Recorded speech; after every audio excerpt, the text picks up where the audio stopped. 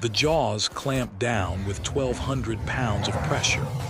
The thick parka is the only thing saving his arm from being snapped like a dry twig.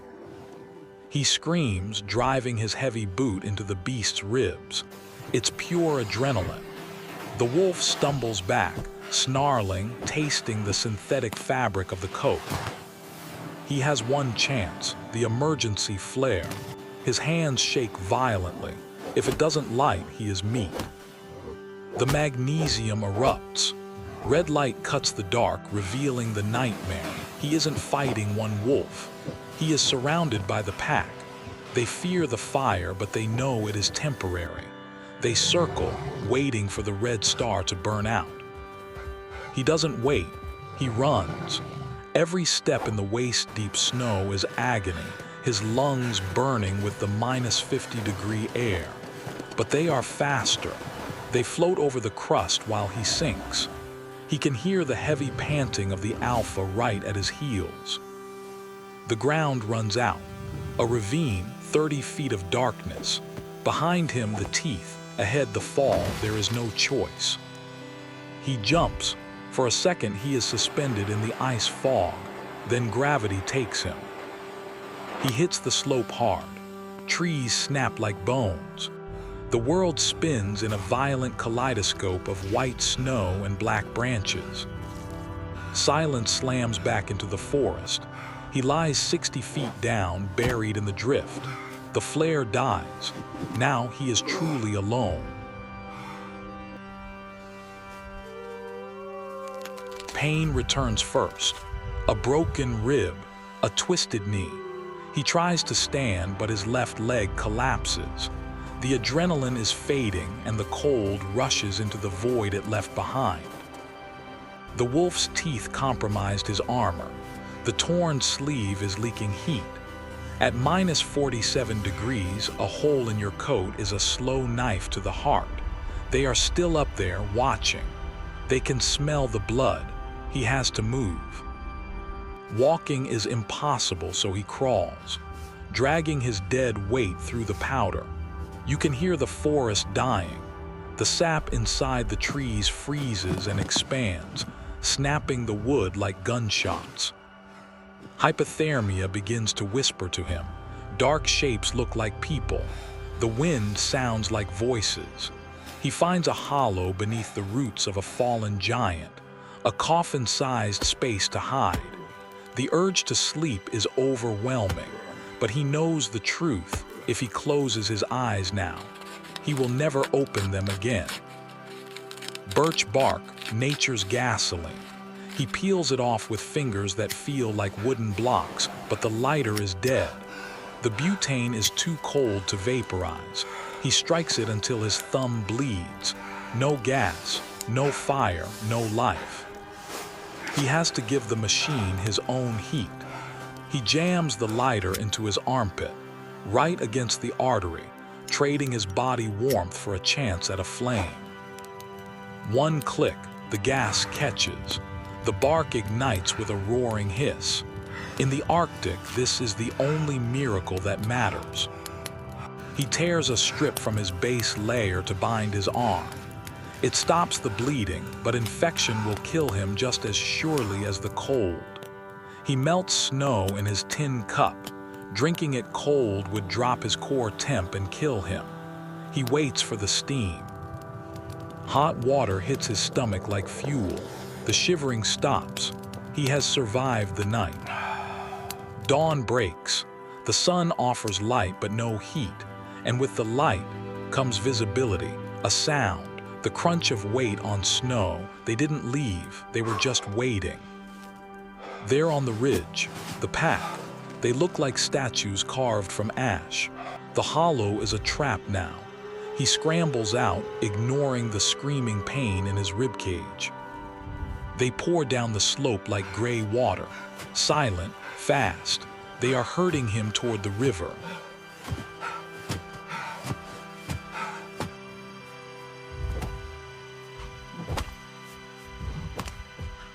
If he makes the ice, he has visibility. He sprints onto the frozen river, vanishing into the wall of white wind. The wolves do not follow. The wind chill out here drops to -60. They don't want to go out on the ice.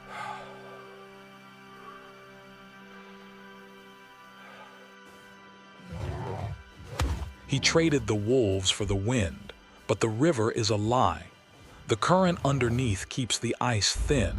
He hears the sound, a shotgun crack beneath his feet.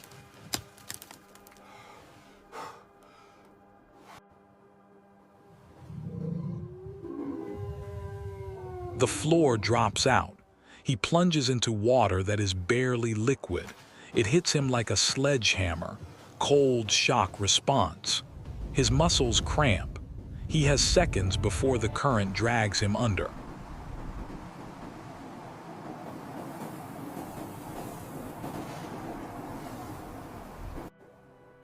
He claws at the greased glass of the ice edge. He kicks, screams, and heaves his waterlogged body upward one last time. He rolls onto the solid pack. He is out, but he is wet. In the Arctic, wet is dead.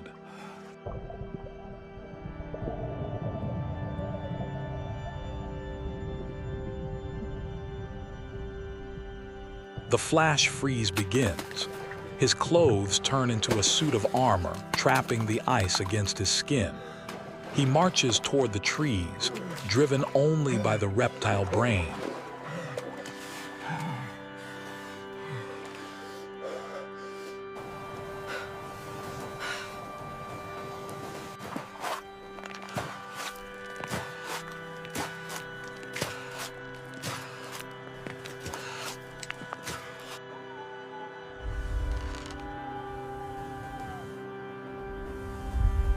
A shape, hard lines, a cabin, ancient, crushed by snow, but it has a roof. He throws his weight against the frozen door and falls inside.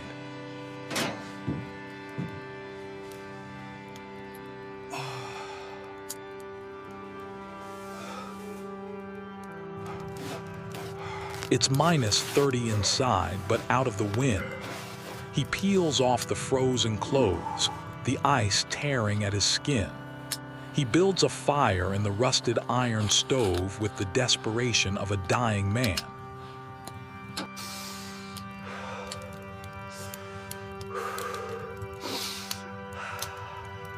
The heat sedates him. He makes a fatal mistake. He falls into a deep sleep, forgetting to check the roof. Outside, the blizzard intensifies. A crack like thunder, the roof comes. Down, tons of snow and timber crash in, smothering the fire. He wakes up in a tomb, buried alive. He can't wait. He digs with bare hands, clawing at the frozen debris until he breaks the surface. The sun hits his face. He drags himself out, exhausted.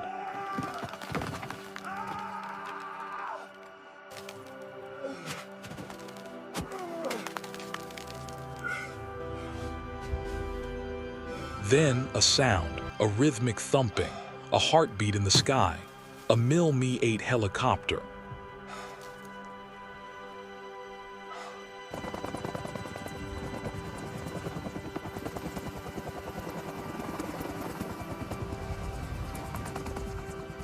Help me!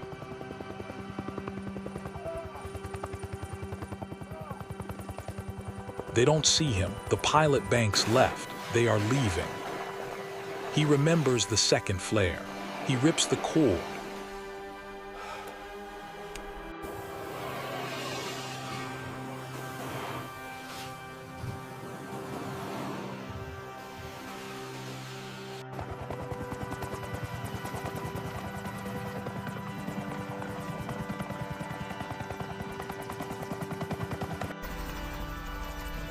Red smoke explodes into the blue sky, a bloodstain on the horizon. The bird turns. The downwash hits him like a hurricane, and men in orange suits jump into the powder. "We got you," 3 words that end the war.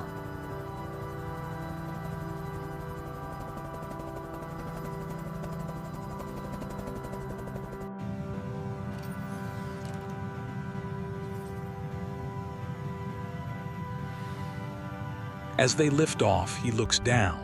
The wolves are probably watching, but today they go hungry. Alexei Volkov lost 2 toes and part of an ear, but he kept his life.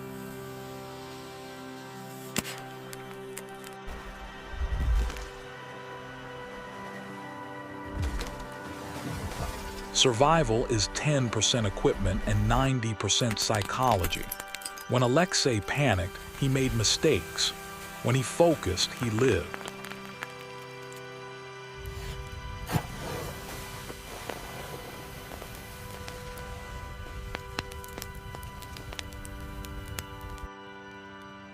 Water is a heat thief.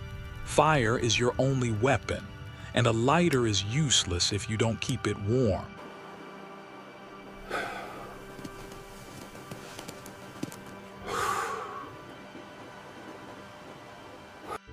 Alexei walked into the forest a technician and crawled out a survivor.